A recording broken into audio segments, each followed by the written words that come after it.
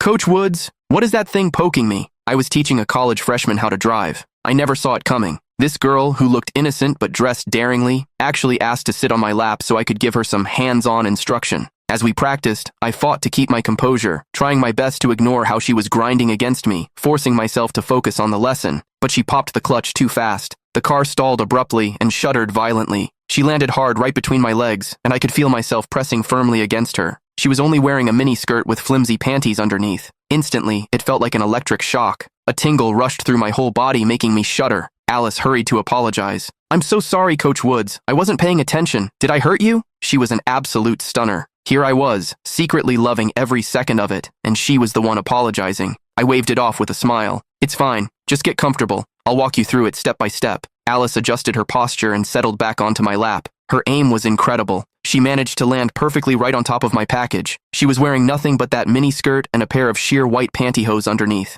As she settled in, I could feel my crotch press tight against hers. The sensation was so intense it felt like I was being drawn in. To make matters worse, Alice wiggled a few times to get comfortable. The friction got an immediate reaction out of me, and I was suddenly hard as a rock, pressing right up against her. She felt something was off, shifted her body slightly, and asked, "Coach Woods, what is that hard thing poking me?" Caught off guard by her blunt question, I didn't know how to respond. I just blurted out a lie. "That's a tumor growing on my thigh. Just ignore it and focus on driving." Once Alice was settled, I covered her hands on the steering wheel with mine. I started guiding her patiently. Steady the wheel, eyes on the road, left foot on the clutch, right foot on the brake. Slowly release the clutch until you feel the biting point. Alice was extra careful this time. She'd already failed the test 4 times and couldn't afford another mistake. As she released the clutch to the biting point, the car started to shudder violently. With every jerk of the car, Alice slammed back against me, and I could feel the friction between us intensifying. Her soft, plump curves rose and fell against me, sending an unbearable, maddening itch straight to my heart.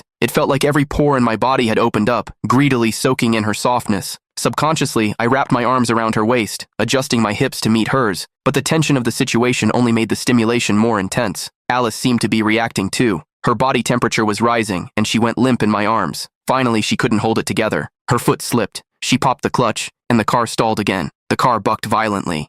Alice was thrown up and then crashed back down onto my lap. Ah! That heavy impact instantly ignited my blood, making every cell in my body tremble with primal hunger and electric pleasure. A soft, seductive moan escaped Alice's lips. It was her first time feeling a man press against her like this, and she seemed completely lost in it, full of curiosity and the thrill of exploring something new. Click the link in my bio to get the full story for free.